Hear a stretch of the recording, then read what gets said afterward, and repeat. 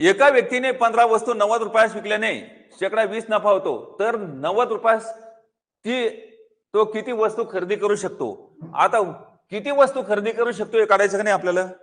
सगळ्यात सोपं याच्यामध्ये काय करायचं, खरेदी किंमत काढायची अगोदर. काय काढावं लागन? आणि खरेदी कुठं 90 रुपयाच्या खाली आदळायची. आलं लक्षात? तर 90च्या खाली आदळलं तर तो किती वस्तू खरेदी करू शकतो म्हणजे पाहायचंय. मग कसं? हे असं 15 वस्तू 90 रुपयास म्हणजे काय सांगा? 15 अपॉन 90. त्याच्यानंतर शेकडा 20 म्हणजे काय? 20 अपॉन 100. तर आता याच्यामध्ये काय करायचंय? भाग तोडायचा.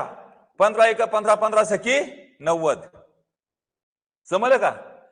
तर मग आता इथं हा नफा होतो का नाही? 6 विक्रीवर 1 नफा झाला म्हणजे याचा अर्थ काय? 5. पहा कसं.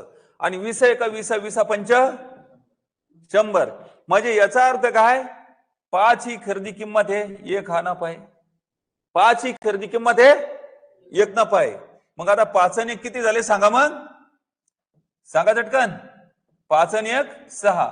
तर विक्री किंमत ही इथे विक्री किंमत आली आणि हा नफा आलाय.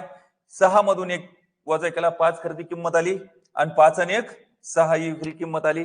एवढं समजणं महत्वाचं आहे. हा जो गुटमुट सौदा आहे का नाही याच्यामध्ये तुम्हाला जम्बलिंग मध्ये टाकतंय, गोंधळामध्ये टाकतंय, कन्फ्युजन मध्ये टाकतंय. बरोबर आहे का नाही?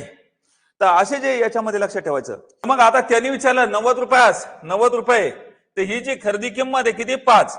5 छदस्थानी आदळायचं. 5 1 5 5 18 90, 18 पंच 90. तर मग किती वस्तू खरेदी करू शकतो सांगा?